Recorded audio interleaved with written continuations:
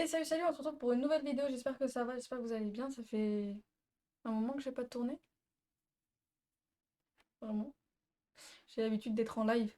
Du coup, c'est vrai que tourner une vidéo, ça change un peu.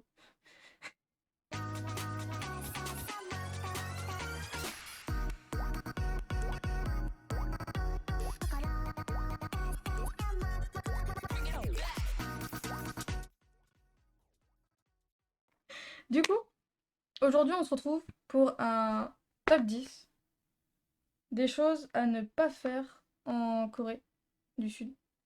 J'en ai vu pas mal, mais je sais pas si j'ai vu beaucoup de vidéos qui parlaient de ça, etc., etc. Mais c'est vrai que des fois, il y en avait que j'ai pas, qui n'ont pas été mentionnées et qui pour moi me semblaient plutôt importantes en vrai. Pas toutes, mais il y en a certaines qui me semblaient importantes d'en parler. Et du coup, moi, je voulais vous en parler.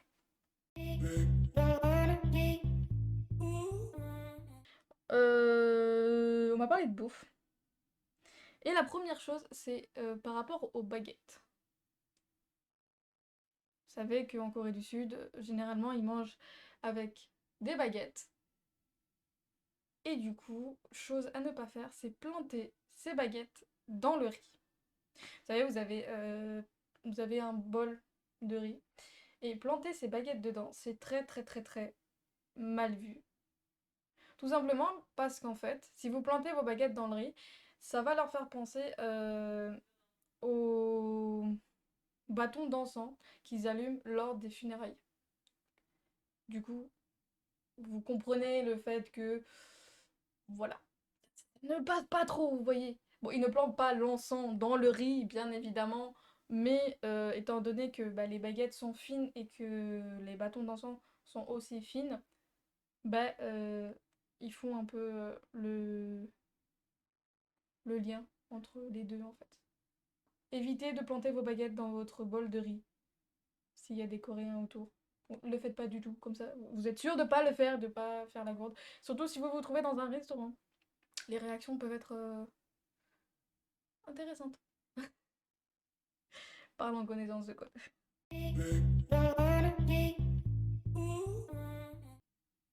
Vous sortez avec des amis coréens et s'il y a des Coréens ou des Coréennes qui sont plus vieux ou vieilles que vous et qui vous tendent un verre d'alcool ou d'autres, évitez de refuser de le prendre parce que c'est vu comme un manque de respect. La Corée est très basée sur la hiérarchie en fait. Du coup, l'aîné a tendance à être très respecté. Les, les, les personnes qui sont plus jeunes ont tendance à avoir un respect très haut envers leurs aînés et du coup, refuser un verre d'une personne plus âgée, ça peut l'offenser. Donc bien évidemment, si vous tenez pas l'alcool, prévenez-les directement que voilà, vous pouvez boire mais pas beaucoup, ou alors vous ne buvez pas du tout, donc si vous tend quelque chose, que ça, évidemment que ça soit pas de l'alcool. Mais évitez de refuser. Mettez les choses au clair directement, si vous buvez pas d'alcool, vous leur dites je bois pas d'alcool. Dites-leur. Ils vont pas mal le prendre, hein, vous inquiétez pas. Mais juste, bon, ils le prendront pas très très mal, étant donné que bah, vous êtes étranger ou étrangère, donc bien évidemment, ils vont pas se vexer et puis jamais vous parler de leur vie. Mais ils vont se sentir en mode ah ouais, je veux pas prendre le verre. Voilà, c'est un peu comme ça. Alors sachez que les choses que je vous dis là sont des choses qui m'ont été dites par un Coréen. Et du coup, je leur ai demandé leur avis par rapport à des choses qu'il faudrait éviter de faire là-bas. Du coup, ça vient d'eux. Et ça vient de jeunes. Donc, voilà. Après, bien évidemment, pour refuser un verre et qu'ils le prennent mal, c'est en fonction de la personnalité de chaque personne, hein. Il y en a qui vont s'en foutre, il y en a qui vont être énervés, il y en a qui vont pleurer. Non, je déconne. Ils vont pas pleurer. Non, en fait, en vrai, les Coréens qui boivent, c'est drôle. Quand ils sont sous, ils sont très drôles. Ceux que j'ai vus étaient très... Bref, je vous raconterai ça peut-être dans une vidéo anecdote. Par rapport à l'alcool et à boire, ne buvez jamais en face de quelqu'un plus âgé que vous. Je vous donne un exemple. On reprend le même exemple que juste avant. Si vous sortez avec des amis coréens, coréennes, que vous êtes jeune par rapport à eux, ne buvez pas comme vous buvez de façon normale, c'est-à-dire en face d'eux. Juste vous tournez la tête un petit peu pour pas que votre tête soit en face de la personne. C'est juste une marque de respect. Du coup, vous tournez un petit peu, vous voyez, comme ça. Tac. Et vous buvez comme... Ouais, juste vous... En gros, regardez le profil de la personne qui est en face de... Du coup, qui est en face de vous. Voilà. Juste vous tournez un peu la tête et vous buvez. Et ensuite, vous remettez un peu à leur place. Non seulement ça va leur faire plaisir, et si vous avez plus ou moins d'affinité avec la personne, ça peut les faire rire un petit peu. Toujours par rapport à, à la bouffe. Passons à l'addition. En Corée, le plus vieux paye. Généralement. Généralement, c'est le plus vieux qui paye. Et ensuite, s'il y a un deuxième round, par exemple, si vous êtes allé au restaurant, du coup, cette personne va payer. Et éviter de payer. Ça peut l'offenser. Sa virilité peut en prendre un coup. Du coup, évitez de payer le premier tour. Mais par contre, si vous payez le deuxième round, on va dire, donc si vous allez prendre un café au Starbucks, si vous allez manger un petit truc dans la rue, là, vous pouvez payer, vous voyez. Ça fera un peu le retour d'ascenseur. Mais du coup, ils aiment bien payer en premier. Surtout si derrière, ils savent que ça peut continuer sur le long terme. Je ne parle pas de motel ou quoi que ce soit, hein. Ces gens-là, si vous pouvez, évitez-les, ça serait mieux. J'ai une coupe de... Qu'est-ce que c'est que ça? Moi, j'ai des... Ok. J'ai des cheveux qui partent de partout. C'est pas grave.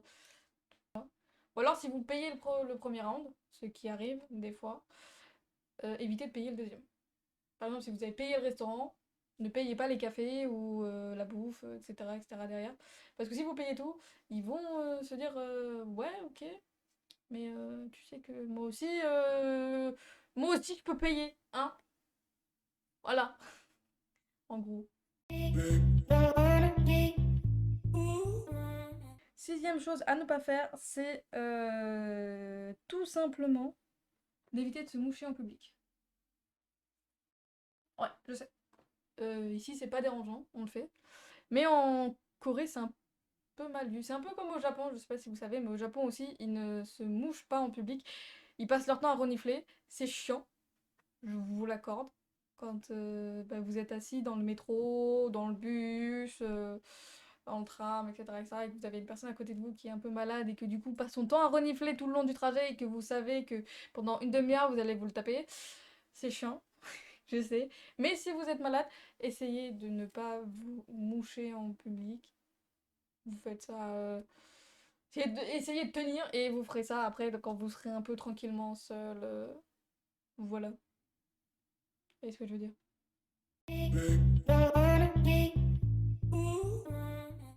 Du coup, sixième chose, toujours en rapport avec les transports, évitez d'être bruyant.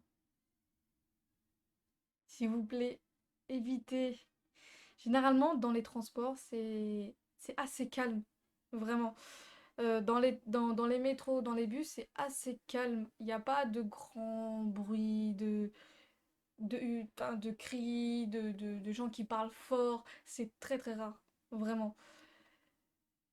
Et je vous avoue que il y a pas mal d'étrangers qui, quand ils vont là-bas, font pas mal de bruit. Vraiment beaucoup, beaucoup, beaucoup. Surtout quand ils rentrent de soirée à 2 3 heures du matin. Et voilà quoi. Évitez. Parce que ça donne une très mauvaise image. Vraiment. C'est l'un des points sur lesquels il a beaucoup insisté. C'est vraiment éviter d'être trop bruyant dans les transports en commun. Vraiment. C'est... Il y a des... Vous avez forcément vu des vidéos de Français ou d'étrangers, d'Anglais, je passe de personnes qui hurlent dans les transports en commun, qui crient, qui chantent, qui dansent, et ça les rend mal à l'aise. Vraiment, ils sont vraiment très très mal à l'aise quand il y a ce genre de choses qui se passent. Et éviter, vraiment. Et personnellement, hein, pour l'avoir vécu, même moi, je suis mal à l'aise. J'étais vraiment mal à l'aise quand ça arrivait. J'avais envie de me terrer dans un trou, me dire non, non, non, non, non, non, non,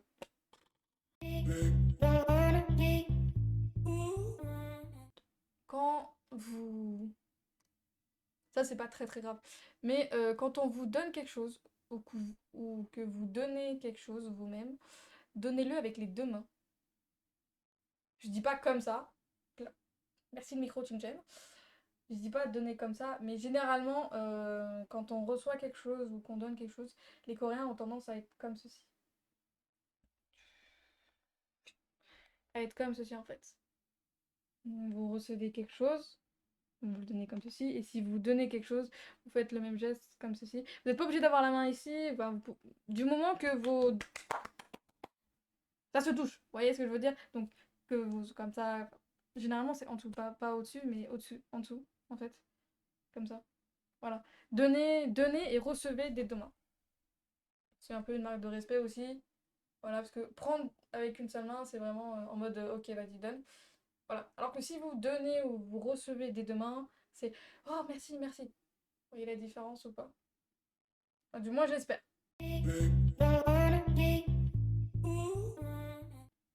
Quand vous allez chez quelqu'un, chez des amis, chez des parents de vos amis, vous avez un hall d'entrée où dessus il y a plein de chaussures. Non, dessus. Dans le hall d'entrée, vous avez plein de chaussures. Et juste au-dessus, vous avez plein de chaussons. Ne rentrez jamais avec vos chaussures. Vraiment. Vous enlevez, quitte à être en chaussettes, c'est pas grave. Hein, vaut mieux être en chaussettes que rentrer en chaussures dans une maison. Vraiment. C'est très mal vu.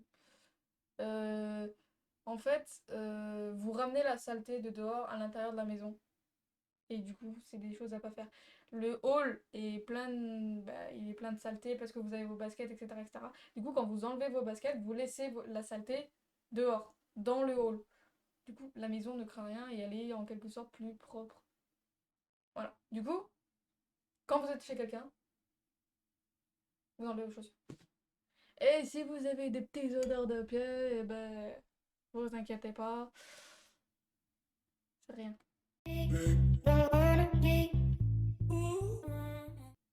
Avoir les épaules découvertes. Je sais. C'est en train de changer. C'est vraiment en train de changer. Avec le temps, un jour, voilà. Mais en vrai, avoir les épaules découvertes pour une Coréenne ou un Coréen signifierait que vous êtes, comment expliquer ça? Une fille facile en fait. Quelqu'un de très libre. Voilà, vous voyez un peu ce que je veux dire? C'est un peu ça. Du coup, et privilégiez plutôt les t-shirts comme ceci. Voilà. Après, vu que vous êtes après c'est pareil, hein, vu que vous êtes étranger, ça va pas non plus les choquer des masses, hein. Voilà. Donc ne vous inquiétez pas. Mais c'est en train celle-ci est en train de changer. Mais c'est vrai que il y a encore pas mal de personnes qui pensent que avoir les épaules dénudées signifie être quelqu'un qui est assez facile. Hey, c'est pas les mêmes, c'est pas les mêmes mentalités. Du coup, ça évolue avec le temps.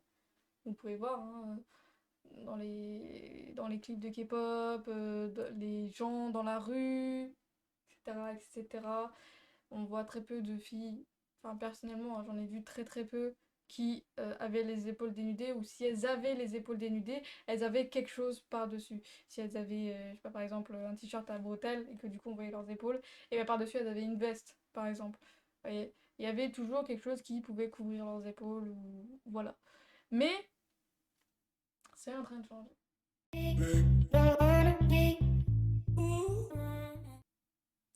Qui est l'une des plus importantes.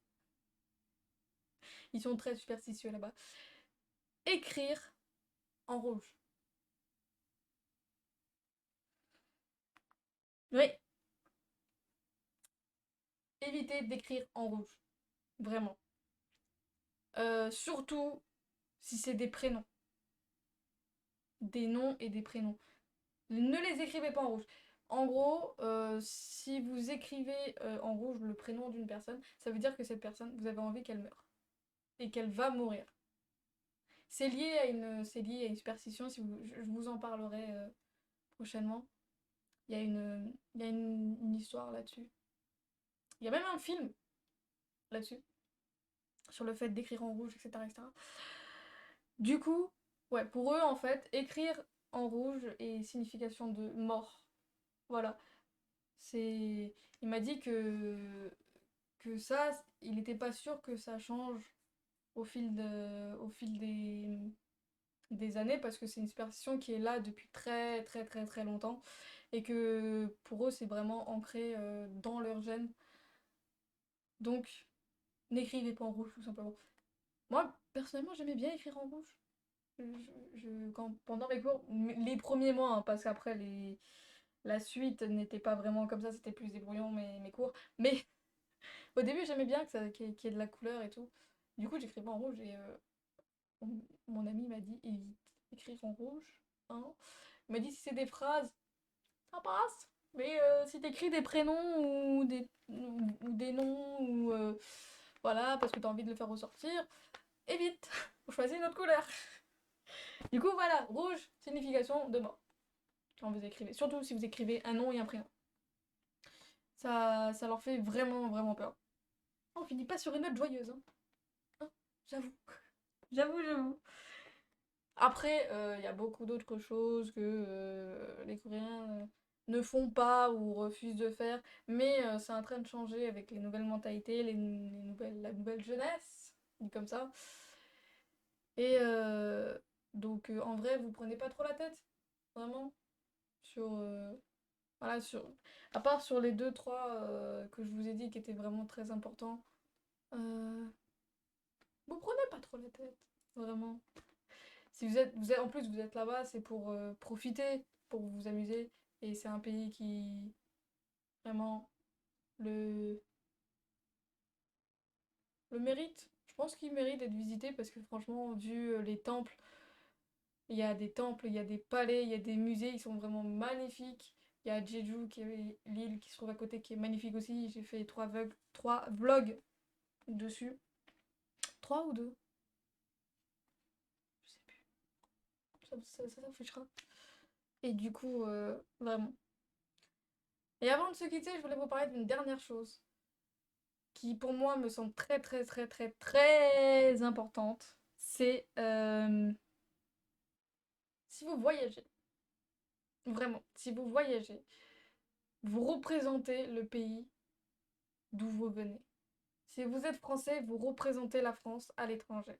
Si vous êtes belge, vous représentez les Belges à l'étranger. Si vous êtes allemand, vous représentez les Allemands. Si vous êtes américain, voilà, peu importe le pays d'où vous venez, si vous voyagez, vous représentez le pays d'où vous venez. Et il est très important de donner une image positive du pays d'où vous venez, parce que sinon, ça peut avoir de lourdes conséquences. Vraiment. Par exemple, on voit très bien avec la crise qu'il y a actuellement avec le Covid. Je parle pour la Corée parce que je ne connais que la situation de la Corée et un peu du Japon. Mais pour vous dire, la France était en liste noire de la Corée. On ne pouvait pas aller en Corée à cause du comportement des Français là-bas. Pour vous dire. Parce que c'est injuste, hein, je le sais, hein, parce que oui, forcément, vous n'êtes pas forcément comme ça, ou vous n'avez pas un comportement qui est déplacé, ou voilà, vous vous mettez pas à gueuler, vous restez... Voilà. Mais il faut savoir que la Corée est basée sur la hiérarchie, sur le respect, sur beaucoup d'autres choses comme celle-ci. Et le fait d'avoir beaucoup de personnes qui ne respectent pas ça, ce qui fait que bah, la France a été mise en liste noire. Il y avait beaucoup de Français qui ne mettaient pas le masque, qui ne respectaient pas les couvre-feux, et forcément, bah, ça retombe sur la majorité qui, eux, bah, le font en fait. Et ça a clairement été dit, hein, ça a clairement été dit. Euh, Après, je sais que la situation a évolué, que maintenant c'est possible. Il y a eu le retour du, il y a eu le retour du visa touriste, si je ne me trompe pas, et qu'ils sont en pleine négociation pour les visas étudiants. Mais c'est compliqué, vous voyez. Donc pensez-y vraiment si vous voyagez, et pas que en Corée, si vous allez aux États-Unis, si vous allez en Angleterre, si vous allez, peu importe où vous allez, vous représentez le pays. Voilà, donc amusez-vous. Vous avez le droit, hein, c'est pas une dictature, hein, on n'est pas... voilà, donc vous avez le droit de vous amuser, donc éclatez-vous là-bas. Sauf que évitez de trop vous faire un peu remarquer en gueulant, par exemple, ou en ne mettant pas le masque, ou en ne respectant pas les couvre-feux. Surtout que les couvre-feux en Corée du Sud, c'est pas comme en France, hein, hein, où on a eu des couvre-feux à 18 h, par exemple. Là-bas, les couvre-feux, les derniers que j'ai entendu parler, c'était minuit, 23 h. Éviter les gros rassemblements de plus d'une vingtaine de personnes. Donc voilà, c'est pas non plus trop demandé, vous voyez ce que je veux dire. Donc voilà, si vous sortez, vous mettez un masque, et puis voilà. C'est surtout profiter. Ah, voilà. Mais profitez en restant correct et poli. Sur ce, je vous laisse avec cette note positive, quand même, parce que voilà, même si la vidéo est un peu en mode ne faites pas ça, ne faites pas ça, ne faites pas ça, voilà. On se retrouve sur une nouvelle vidéo, et sur ce, de gros bisous. Bye.